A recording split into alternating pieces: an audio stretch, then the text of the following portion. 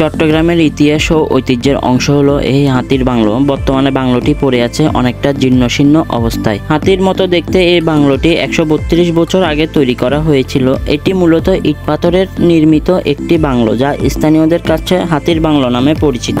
এই বাংলোটি মূলত লালখান বাজার এরিয়ায় অবস্থিত। লালখান বাজার মোড় থেকে কাজের ডেরি যাওয়ার এই রাস্তা ধরে একটু সামান্য হেঁটে গেলে দেখতে পারবেন কিছুটা উঁচু ডালু পাড়ি এক রাস্তা, যার পাশে অবস্থিত আই.ই. ভবন। এই ভবনের পাশে উপরে রাস্তা ধরে একটু এগিয়ে গেলে দেখতে পারবেন চট্টগ্রাম লেডিস ক্লাব। এই ক্লাবের সামনের রাস্তা ধরে আরো কিছু দূর এগিয়ে গেলে দেখা মিলবে আপনার গন্তব্য হাতির বাংলো। সামান্য কিছুক্ষণ হাঁটার পরে দেখতে পারবেন এরকম একটি 3 রাস্তার মাথা। এই রাস্তার পশ্চিম দিকে চলে যাবেন আপনারা। এই পাহাড়ি রাস্তা দিয়ে হাঁটার সময় দেখতে পারবেন চারপাশে উঁচু পাহাড়, সবুজের সমাহার, পাখির কিচিরমিচির শব্দ, প্রকৃতির এক অপরূপ দৃশ্য। এরই মধ্য দিয়ে একটু সামান্য এগিয়ে গেলে দূর থেকে যে কেউ দেখে মনে করতে পারে বিশাল এক হাতি সুর তুলে দাঁড়িয়ে আছে। এটি হচ্ছে এই বাংলার প্রধান গেট। এই গেট থেকে বাংলোটি দেখতে ঠিক এমন। তো আমরা যেদিন গিয়েছিলাম সেদিন দেখলাম অনেকেই ফটোশুট করতেছে, ছবি তুলতেছে, ভিডিও করতেছে। কম বেশ চট্টগ্রামের মানুষরা অনেকে হয়তো জানেন বা চিনেন এই বাংলোকে। আপনারা যদি চান ব্যস্ত সময় থেকে কিছুটা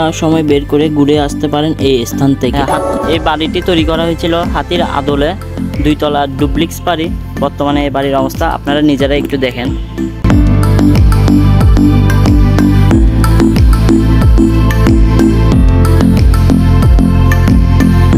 এই বাড়ির চারপাশটা আপনাদেরকে একটু দেখাই।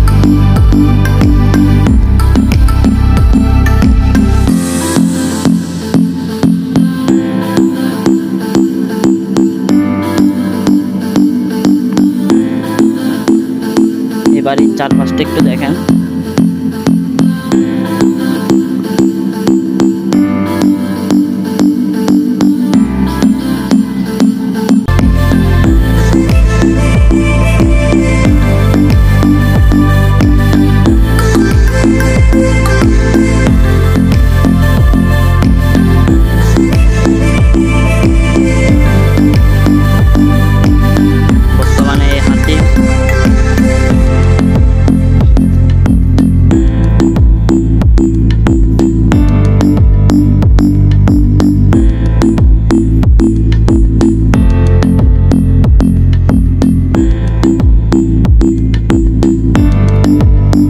উনিশ শতকের মাঝামাঝিতে রেলওয়ে উচ্চপদস্থ কর্মকর্তাদের বসবাসের জন্য এই বাংলোটি নির্মাণ করেছিল প্রকৌশলী ব্রাউনজার। কালের আবর্তনে বাংলোটি বসবাসের অযোগ্য হয়ে পড়েছে।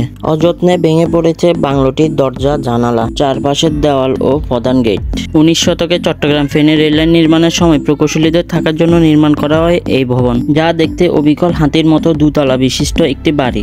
এই বাড়ির সামনে বারান্দার দুপাশে গোলাকার ছিদ্র, যা দেখতে হাতির চোখের মতো দেখায়। এই বাংলোর মোট কক্ষ রয়েছে 5টি, 12টি জানালা ও একটি মূল দরজা। একটা সময়ে জুলুসে ভরা বাড়িটি বর্তমানে অবহেলিত একটি ইতিহাসের সাক্ষী হয়ে দাঁড়িয়ে আছে এখনো।